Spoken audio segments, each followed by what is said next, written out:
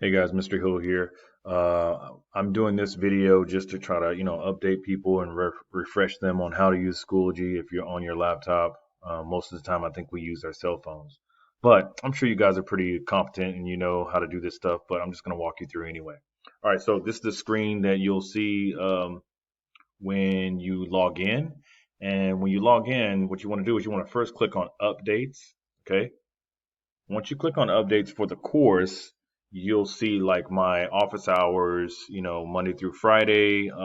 You'll also see a phone number where you can reach me, or you can text that number if you have questions. Uh, Email, it doesn't matter at this point because I'm in front of my computer quite a bit. So that's like pretty important stuff right there. Another thing is you want to go back up here to materials or uh, or classes or the sections. And what you'll see is you'll see all the assignments in the folders. We're pretty organized. We've been using this since day one. But also over here on the right hand side, it'll say upcoming like assignments. Make sure you log into your Gmail as well as your Schoology every single day because that's how we're going to take attendance.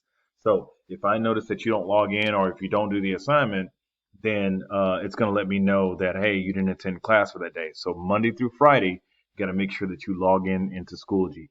And at the end of the day, what I'm going to do is I'm going to run an analytics, as you can see over here on the left-hand side. And what it's going to do is going to tell me who logged in for that day.